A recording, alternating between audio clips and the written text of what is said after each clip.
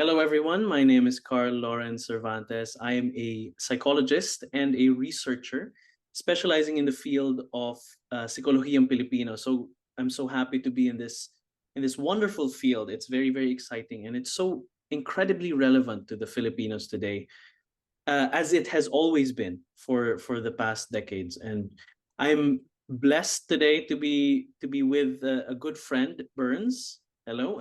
Please introduce yourself to the people who are listening.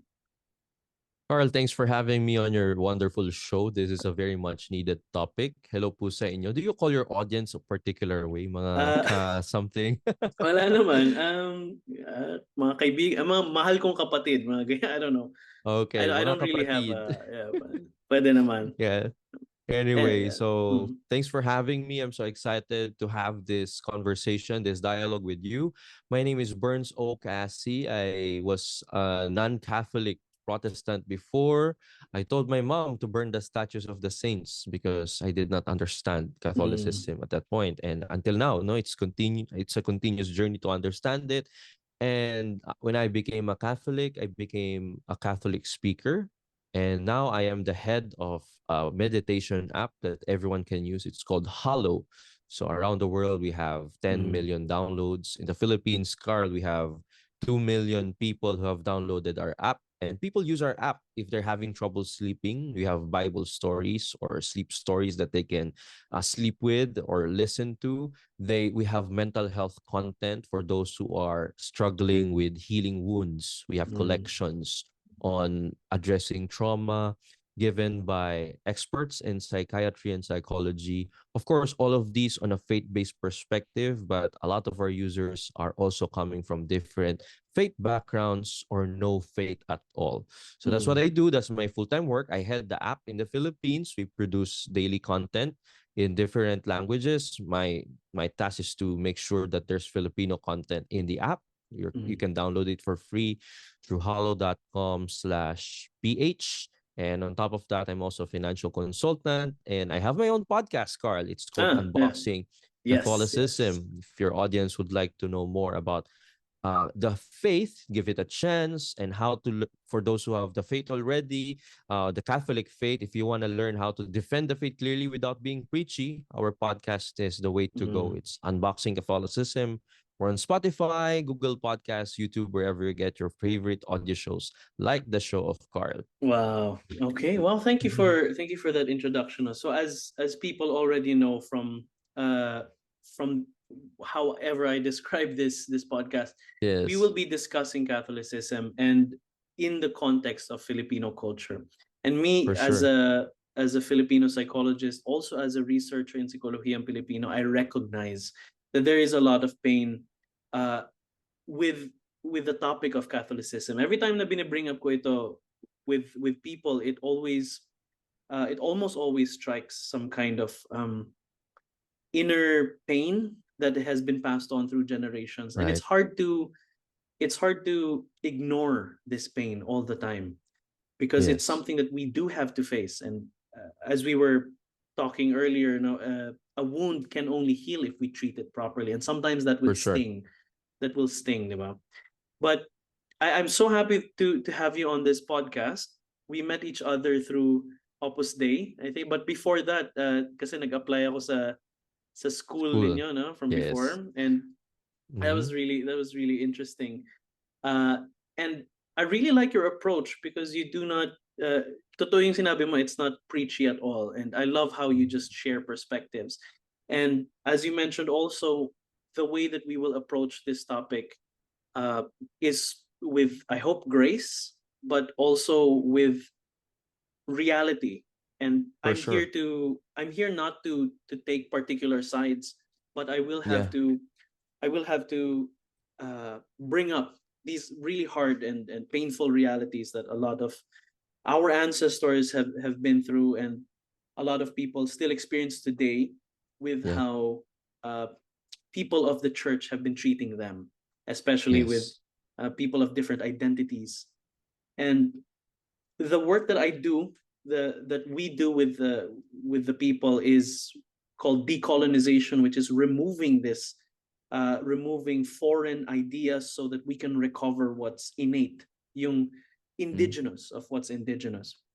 And maybe before we actually are able to find what's within, maybe it's time first to address the guilt that people experience Yeah. with and the trauma that comes with dealing with the church.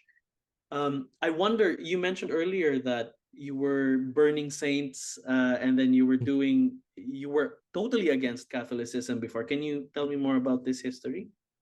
Yeah, Carl, I was an anti-Catholic Protestant. Like many of us Filipinos, I grew up in a family that just accepted the faith kasi nakasanayan na.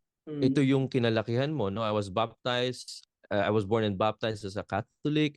I did not understand the faith, and I grew up highly sacramentalized but insufficiently evangelized, meaning to say I would go to church every Sunday. My mom and I would do the prayers, the traditions of the church without really knowing what they are for, you know. mm, And so when I was in high school, just to cut the long story shorter, I was challenged by a lot of non-Catholic Christians about the faith, about the Bible, about the history of the church, about the abuses that our priests have done.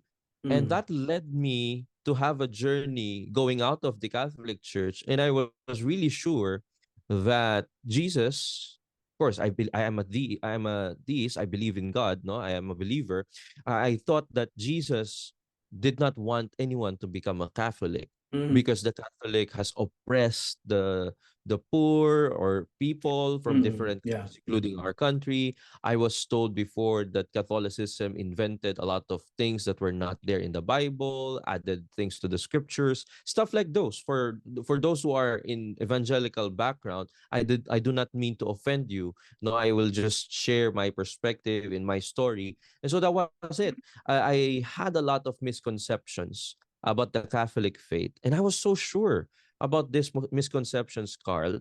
And I learned a huge lesson on humility there, that sometimes we just have to be open to perspectives. And when I really tried to open up myself on what Catholicism was really teaching, not what people fail to apply in their lives, but what the Mm, church, the objective reality of what the faith is actually teaching us. Because Catholicism is a body of knowledge, it's a lifestyle, it is it's a faith, you know, it's a gift. Once I've seen people who truly understood this gift and lived it to the fullest despite the struggles, I regained my respect towards the church, towards Catholicism. And yeah, eventually I converted. No, for those who are mm, interested in watching a longer version of my conversion story, you can just Google Bernz Caasi and you will just see articles or some of them YouTube videos. In fact, lately, Carl, we have our friends from Shalom World India. So this is an international Catholic TV network. So they flew into the Philippines to feature my conversion story. So there is a 24-minute, if I'm not mistaken, 24-minute mm. version of my story in HD. Galing no Yeah, kanilang wow. cinematography, eh, no? So if you're interested in something like that, you can search it. And so, yeah, that led me to be doing the advocacy that I am doing now. And that's to help people really discover or give another chance to the faith that I also once abandoned. Mm. What I'm hearing is there's a difference between what the faith or what the teachings actually are versus how For people sure. actually practice it. Diba? Kasi Mm-hmm. those are not always, hindi sila laging tugma, no? They're not always the same. And so it's um it's just as valid or correct to say that the church, meaning the people of the church, have hurt me, or that Of course. the religious people who are supposedly part of a church that teaches universal love, Mm-hmm. affection, that come from the teachings of a great teacher who was against hypocrisy, who dined with Right. people who were outsiders. And for me personally, when it comes to the concept or our understanding of Jesus, it has always been, ngayon kasi sobrang, the name Jesus, the image of Jesus has been used in so many um, painful ways, diba? And it Right. For has sure. transformed into things that no longer reflect. the revolutionary Jesus, the Jesus who was actually against all the hypocrisy, abuse, exploitation, that was also a reality back in those days when that area was also colonized by the Romans, diba? Yeah. You know, and today we're still Yeah. experiencing this. Parang it's so weird, you know. And what do you think of this? Should we say transformation or corruption of the image of the historical Jesus? I wouldn't say it's an either or, Mm, Carl.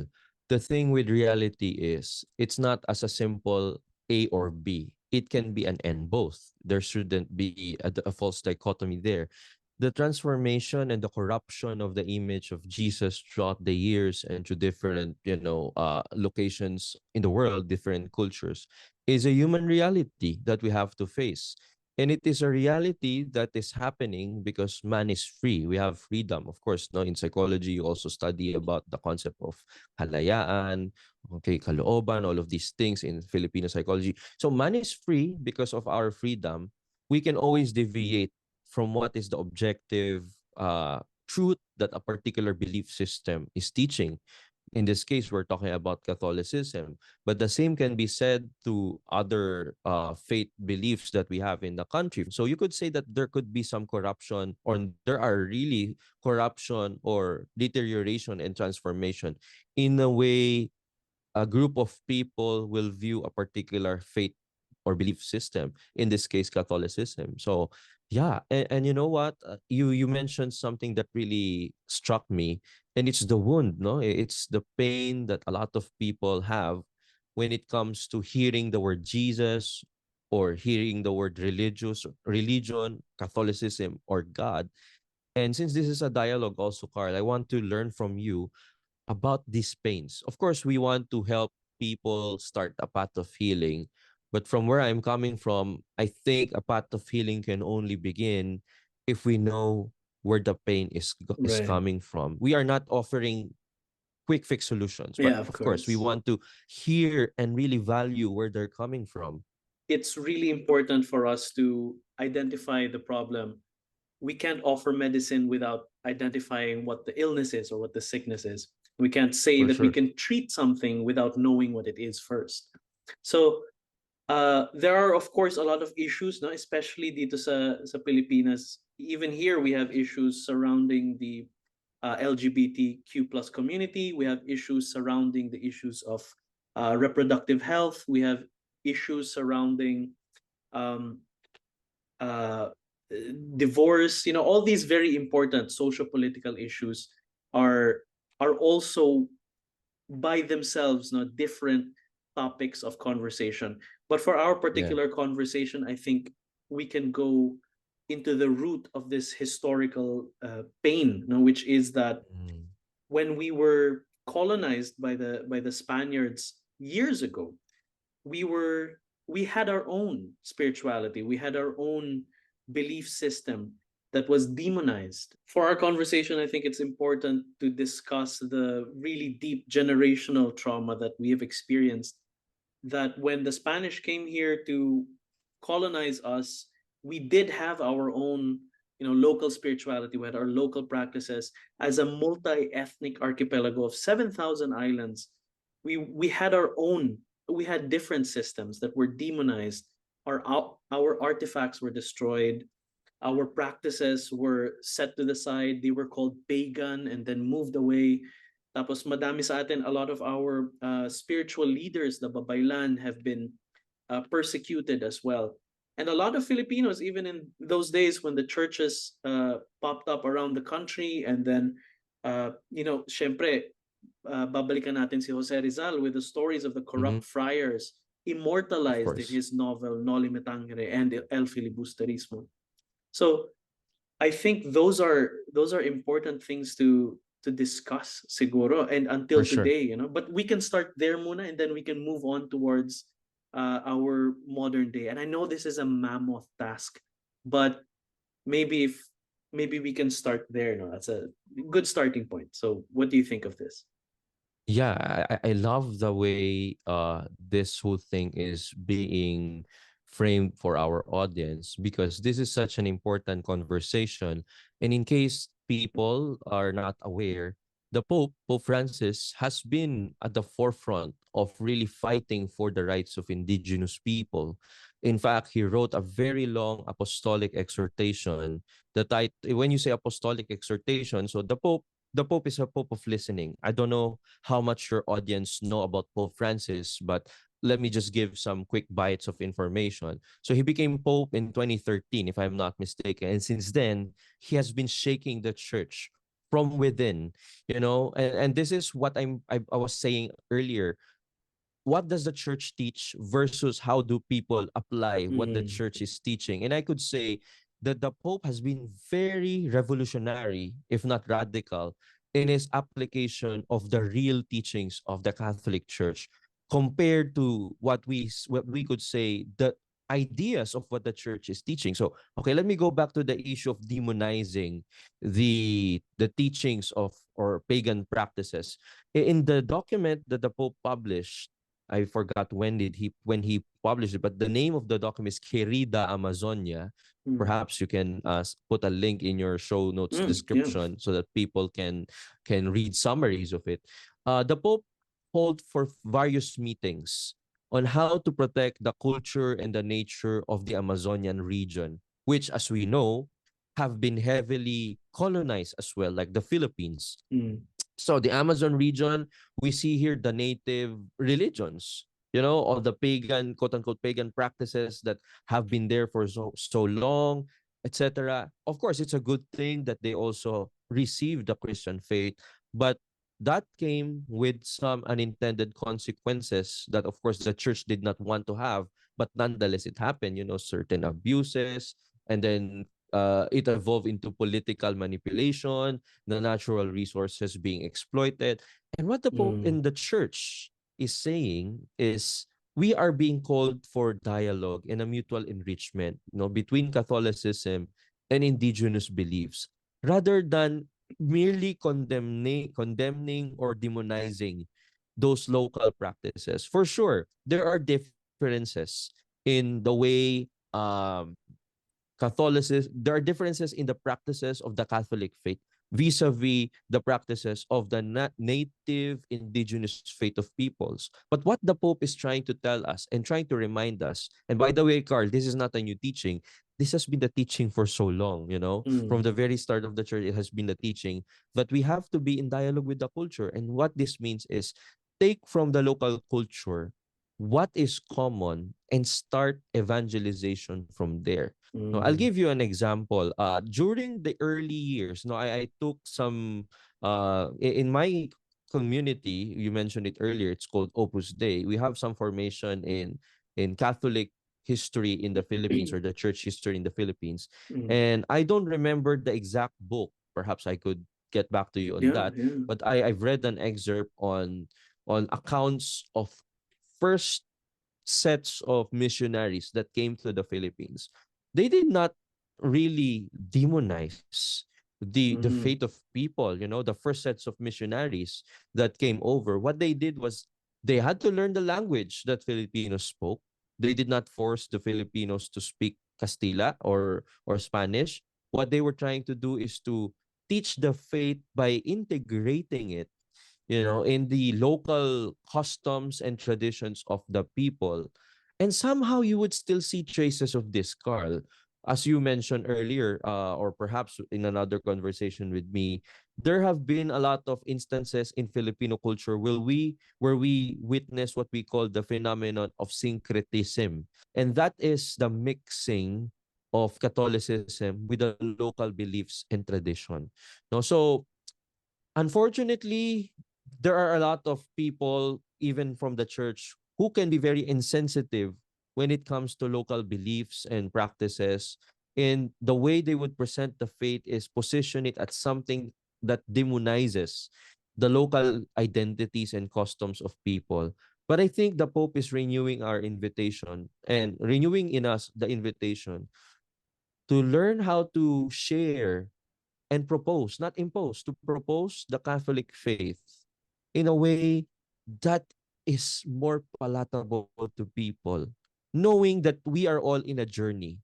For Mm. example, there are many things that I did not accept as a non-Catholic Protestant before, as an anti-Catholic Protestant. And it took years for me to understand certain aspects of Catholicism.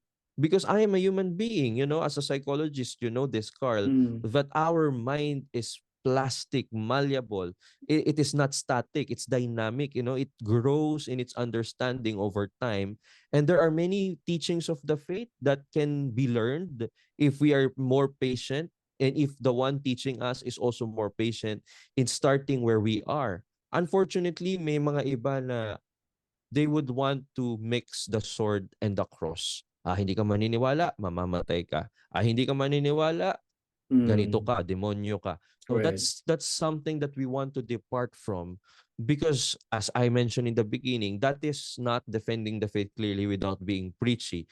It is really forcing people Right. into belief. But if you force someone to have faith, then that is not faith. You see, that's the reason why, if you go back theologically, man created, in the Catechism, in the Bible, you will see, Carl, that God created man freely, to share his, love, to share his goodness to us. And since man has freedom, we can choose to love him back or not. A student asked me before, Carl, kung ganun po pala, sir, no, why didn't God just program man to obey him? Mm.